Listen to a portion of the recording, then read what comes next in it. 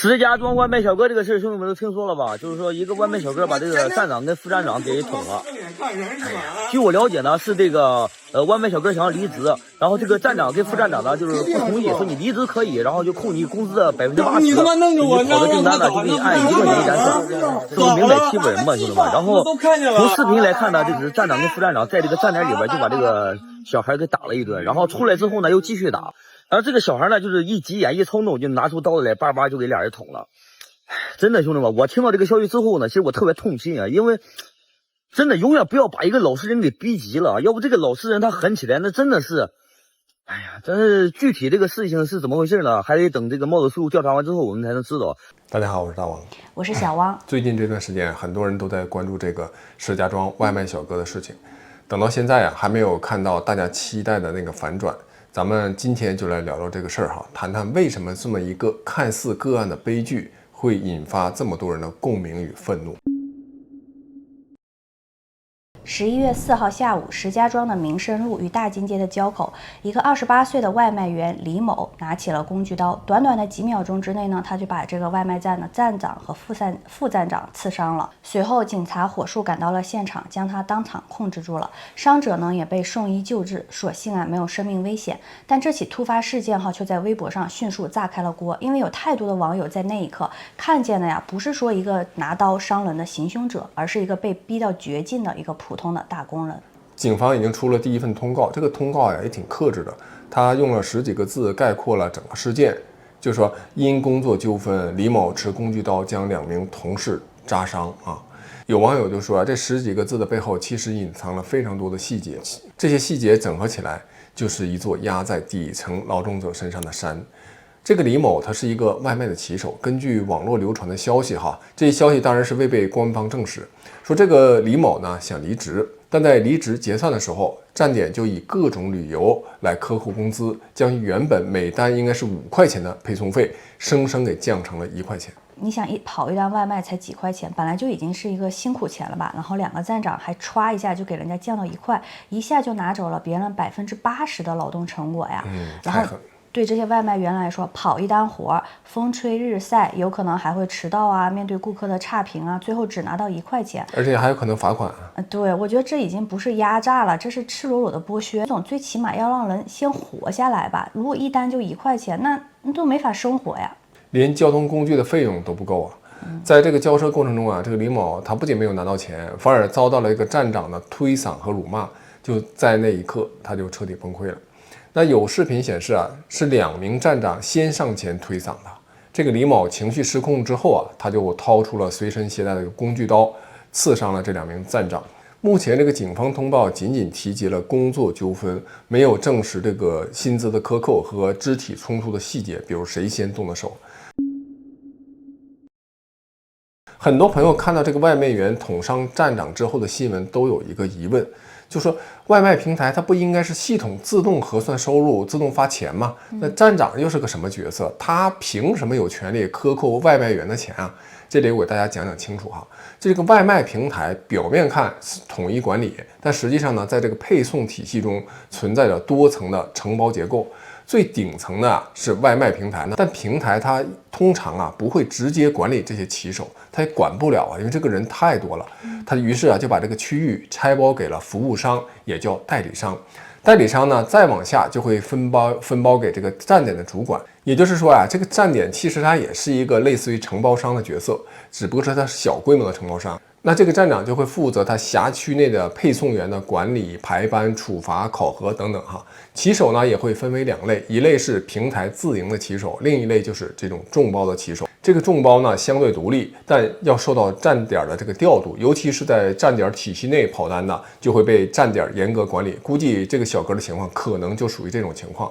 那为什么站长能扣钱呢？就是因为在实际的这个运行中，罚款权、绩效的计算、出勤的考核不是完全由系统算的，而是由站点来执行的。你比如说这个骑手迟到了、超时了，平台的罚款呢是系统自动扣的，但站点还可以追加所谓的站点罚，理由可能包括出勤不够啊、态度不好啊、拒单投诉啊，还有互相掐单啊、违反纪律啊、影响站点考核，甚至个别恶劣的站长他的心情不好都会算到这个骑手的头上哈。那站长呢，因为承担了区域的绩效考核，所以他就有非常强的动机把这个罚款转嫁给骑手。站长考核没完成，他就被上级会扣一些钱，于是他就会把这个压力传递给骑手。据有的平台的外卖骑手说有些罚款不是系统里面文明规定的，而是站点私设的。比如说一单迟到要扣什么50块钱，客户投诉什么扣200，私设规章没有收据，也没有人进行监管，骑手呢也拿不到明细，而且工资的结算也不是实时发，而是站点按照周期结，所以就会甚至出现拿不到工资、克扣押金、拖欠薪水，这些站点都是能做到的。那为什么平台会允许站点这么无法无天去干这些事儿啊？因为平台它就把风险实际上它是转给了外包商，外包商呢又转给了这个站点，站点呢再转给这个骑手。平台最在意的是履约率，也就是配送的速度和投诉率。站点要达标，就只能靠罚款压榨，让骑手加速跑。他其实不太 care 站点是怎么管理的，只要成绩好就行。于是就导致这站点的权力过大，没有透明的监督。那这位外卖员和站长的冲突其实只是冰山的一角。事件出来之后，据一些外卖员说这种纠纷其实不少，就因为这个站点私设什么罚款制度不透明、没凭证，骑手呢就会觉得不公平，去讨说法。那有时候就会遇到站长不理，甚至威胁不退钱，这种事儿据说也是比比皆是那骑手收入本来就低，跑一单几块钱，一天跑个10几个小时，月收入也就5、6千，大不了8、9千，结果又因为各种扣罚是吧，到手甚至只有3、4千都有可能性。骑手的心态那有的时候就会失衡爸妈，儿子对不起你们，现在在凌晨3点还顶着39度的高烧在外面跑外卖，而他们要争取的只不过是自己辛辛苦苦赚的那几百几千块钱。有的时候站长就会以什么绩效、投诉、押金为名扣钱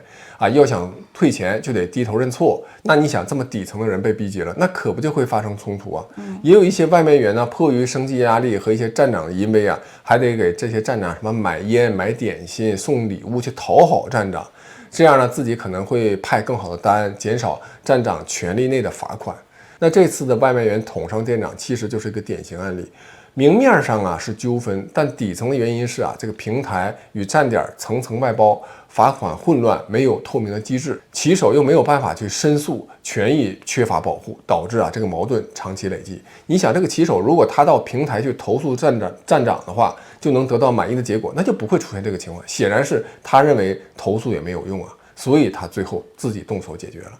站长好像表面上没有官方的权利，但在实际执行中，他既拥有调度权、排班权、罚款权，还有发工资的一些决定权，实际就掌握着这个骑手的生杀大权这套制度那就是灰色地带。平台享受了灵活用工的成本节省，又把管理责任甩给了外包，用外包方式呢让责任模糊了。出了问题呢，可以说这是个人的纠纷。但其实这个压力就叠在了这个最底层的骑手身上当然这个事儿出来之后，有一个好的现象就是有些站长也开始害怕了我看到一个视频，就是有的站长在早上开始给这个员工们去发免费的早餐了，出现了让人感觉温暖的一面希望这个态势能保持下去。可以说在网上的评论，大部分人是导向了这个外卖员有人说这不是外卖员刺人，这是被剥削者的最后一根弦断了。也有人写到说底层人他是不想暴力的，但是有的时候他们没有申诉的资格还有另一派人呢是坚持法律底线的说任何暴力行为都不该被浪漫化，违法就是违法，底层也要守法。如果人人都以愤怒为由动刀，这个社会会变成什么样？可以说两方都有一定的道理于理方面确实外卖小哥不应该动刀伤人但是于情方面，我也是站在外卖小哥这一边的你说这个外卖小哥还有包括各个底层打工人，哪个容易从早忙到晚，为了孩子，为了房租，为了那点生活希望在拼命的奔跑，结果你看他这一单钱还被层层克扣，就最后剩1块钱，这谁受得了其实你看这两个站长，他不是底层人吗？其实他也是底层人，只不过他可能不是最底层那一层的。那他作为出身底层的人，他就很多人这个都有个通病，就喜欢刁难别人。就一旦这些人得了点势，手里有点小权力，就会在权力最小的范围内给予别人最大的刁难，好像这才是这些人活下去的意义。心理学其实在这方面有过相关的研究，称这种行为叫做权力补偿效应。尤其这种领导层面哈，比如说你们这个单位的一个领导哈，他的出身家庭比较好，哎，这种领导一般都比较随和，他不对，一般不会给员工穿小鞋为难别人。因为一般情况下呢，他也比较明事理，比较豁达哈，因为他从小呢就被尊重，也懂得尊重别人。但往往呢，就是出身底层的人，一旦有了点权利，哎，那就不得了了。他往往啊就会把手里的权力放大无数倍。越是这种底层爬上来的管理者，他越容易啊对更底层的人进行施压，因为那是他们唯一能证明自己不再是底层的方式。在他们眼里，让别人难受就是他们存在的证明。最常见的就是什么各种习惯性的刁难别人，甚至跟自己毫无关系的人，他们也不会放过。当然了，这不是说绝对哈都是这样的人，但是确实有这么一部分人有这种心理和心态。这两个被刀的站长其实就是这种典型的人格。他们不是在管人，他们是在虐人啊！他们不是在维持秩序，就是在压榨存在感。在网上流出的视频里可以看到啊，这外卖小哥真的是被逼到忍无可忍了。你看那两个站长哈，先上前动手，然后他们那种表情、那种嘴脸、那个嚣张、那种刻薄、居高临下，我隔着屏幕都能感觉到啊。转眼之间啊，但是他们两个就倒下了哈。那种惊恐与失措又显得那么讽刺。有网友评论说，这两个站长活该，他们倒下那一刻呀，真的是让人感觉出了一口气。但我们还得说哈，不鼓励暴力。但是啊，这两个站长确实也是咎由自取。之前我就看过徐峥演的一个电影，就是讲中国的外卖员的。我觉得电影里展现出来的还是比较真实的这个场景。这个群体呢，确实非常的不容易。其实我们之前的节目哈，也做过相关节目聊这个外卖骑手。有一些朋友呢就给我们留言说他们在海外啊也兼职做过这个外卖员，像 Uber Eats 啊什么的，就觉得还挺好的，是一个调节生活劳逸结合的方式。其实我想说的哈，这中国的外卖员和这个海外 Uber Eats 这个群体啊是截然不同的。首先像国外这个 Uber Eats 啊，他们的这个小时的这个工资还是挺高的。其次呢，也没有说什么客户给你一个差评你就要被扣工资或者拿不到，没有这个差评就会影响你的到手的钱的这个说法。再次呢，就是 Uber 啊，它经常给你各种奖励。我也经常在小红书上看到有人晒单哈，什么单亲妈妈做这个 Uber Eats 啊，然后还有留学生兼职这个工作呀，赚的呀还不低呢。就经常拿一些奖励的话，可能每天就赚个大几百刀，甚至上千刀的都有。但是中国的外卖员群体啊，可以说真的是一个付出的非常多，但是收入很少，并且还经常面临差评，一差评呢就要扣工资。说到这儿，我想起一个话题嘛，就说当代最大的红利是什么？就当代中国社会最大的红利之一啊，就是你可以享受到如此低廉的人工服务。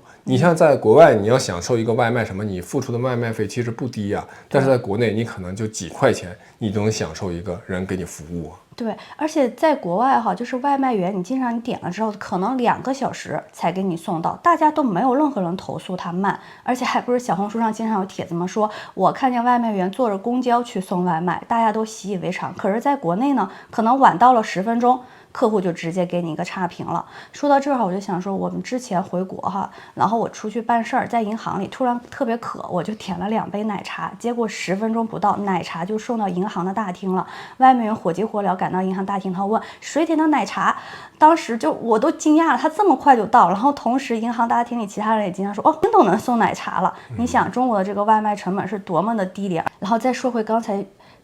刚才我说徐峥演的这个电影哈，在这个电影里面，徐峥只是一个底层的外卖员，里面也是有这个站长的。这些站长呢，确实就是这种威权力的一个典型的代表，就是他们的手里啊，确实只有这么一点点权利，但是却要拼命把这一点点的权利给你放大到一切。就你迟到1分钟就要罚款，然后你被客户投诉1次，他可能就不给你派这个好单，你辞职他就克扣你工资。其实除了像这种外卖店的站长哈，我们日常生活中可能看到有一些像景点的门卫啊，什么小区的保安呐，我感觉也都是这种威权力的代表，就是拿着那种鸡毛当令箭。你想，对于这个外卖小哥来说，他眼下可能吃口饭都困难了，我不知道他是不是成家了。如果家里还有妻儿的话，他拿什么去养家呢？对，当这些这么社会底层连最基本的生存保障都没有的话，当他们被逼到看不到明天的时候，任何一句比如说冷静点，走法律途径都显得比较苍白。就是，比如你让他走仲裁，他哪有钱去打官司啊？对，你要让他走诉讼，他能等得起这1年半年吗？法律是理性的，但生活是现实而且血淋淋的。当这个理性无法触达这个绝望，情绪就会接管一切。对，就对这个外卖小哥来说，难道他不想体面的解决这个问题吗？难道他不想好好沟通吗？如果沟通可以解决的话，那谁还会发火？谁还会把刀拿出来呀？我觉得换位思考一下，就是再情绪稳定的人，在这个时刻可能都会情绪失控了，就自己辛辛苦苦可能付出了1个月，然后结果每一单就给你算1块钱，只是因为自己辞职，然后过去1个月的钱就拿不到，本来工资就已经够低的了，还不能养家糊口了。